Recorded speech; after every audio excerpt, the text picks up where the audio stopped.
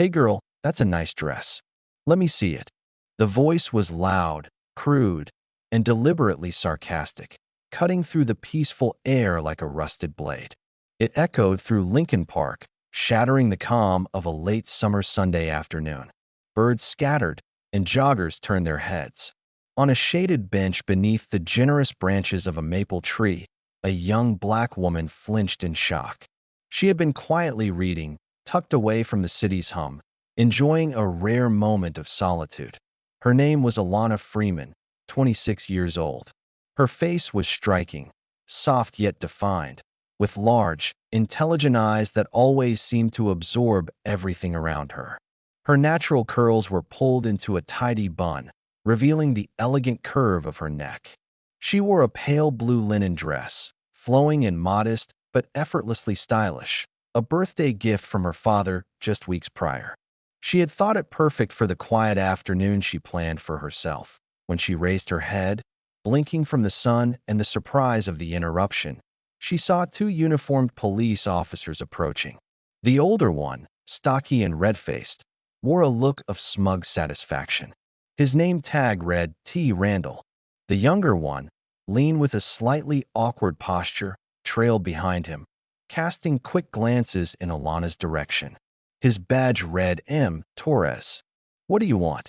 Alana asked, carefully closing her book and placing it beside her on the bench. Her voice was calm, but there was a tension beneath it, like a taut wire ready to snap. "Oh, we just wanted to see what's under that pretty dress," Randall said, voice thick with sleaze. His eyes raked over her body, making no attempt to hide his intent.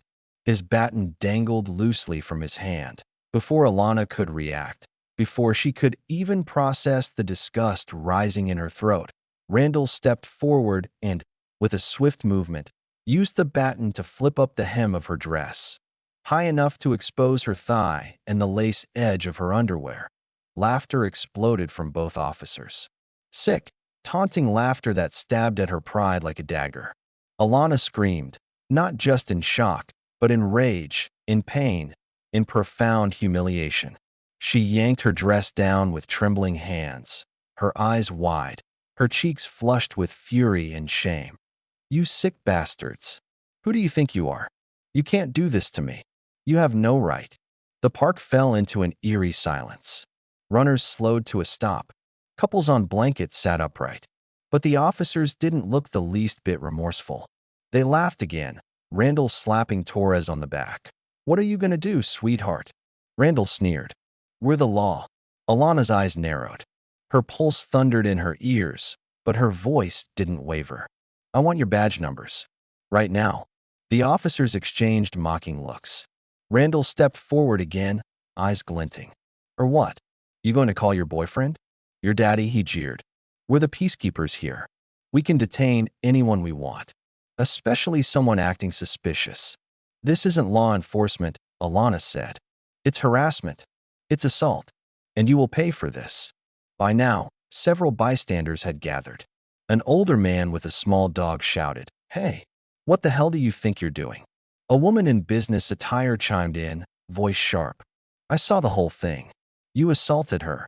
Randall barked back, "Disperse now, or we'll start arresting people for interfering with police duties."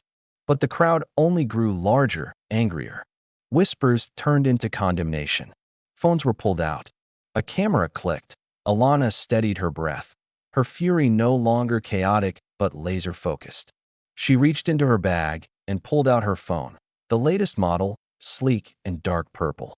"I'm not wasting another breath on you," she said, glaring at Randall. "I'm calling my father." "Go ahead," he scoffed. "Call the president while you're at it." But Alana wasn't bluffing. Her father wasn't just anyone.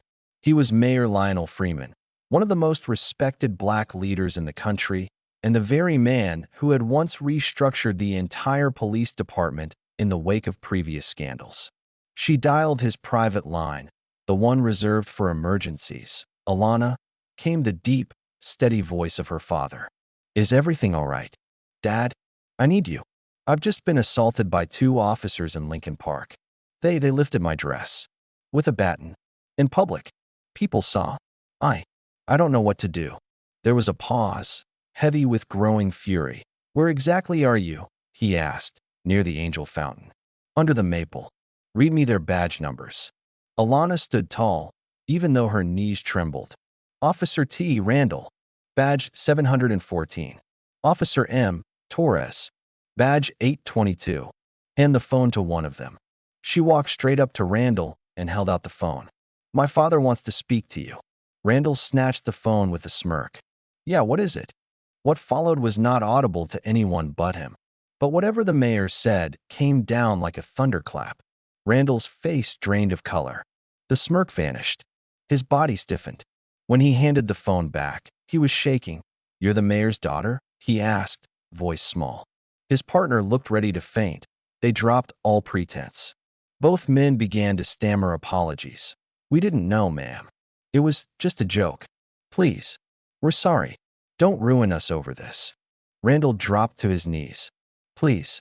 Don't let us lose everything. We've got families. It was stupid. We didn't mean harm." Alana didn't say a word. She didn't need to. Within the hour, Deputy Chief Yvonne Tan, a tough but fair Asian American officer personally dispatched by Police Chief Alan Shepard, arrived at the scene. Alongside her came internal affairs investigators, who began taking statements from everyone: Alana, the crowd, and the two disgraced officers. By the end of that same day, Shepard announced the permanent termination of both Randall and Torres. "This conduct is not only unprofessional, it is criminal," he said in a statement. "They violated their oath, abused their authority, and disgraced the badge. The Chicago Police Department will not tolerate this." The mayor issued a public address that evening, calling for expanded oversight and urgent reforms within the department. "No one," he said, "is above the law, and no uniform justifies abuse." As for Alana, she spent several difficult days recovering from the emotional shock, but she refused to let the trauma silence her. Empowerment Forward, the organization she co-founded to protect women and marginalized groups, became a central voice in the aftermath. Her story went public, not for pity, but for change. In schools, town halls, and conferences, Alana began speaking again, this time not just about policy or advocacy, but about her own lived experience. Her pain became a call to action, and in the halls of power, reforms accelerated. Body cam laws were strengthened. Independent civilian oversight was expanded. More women and people of color were promoted within the force.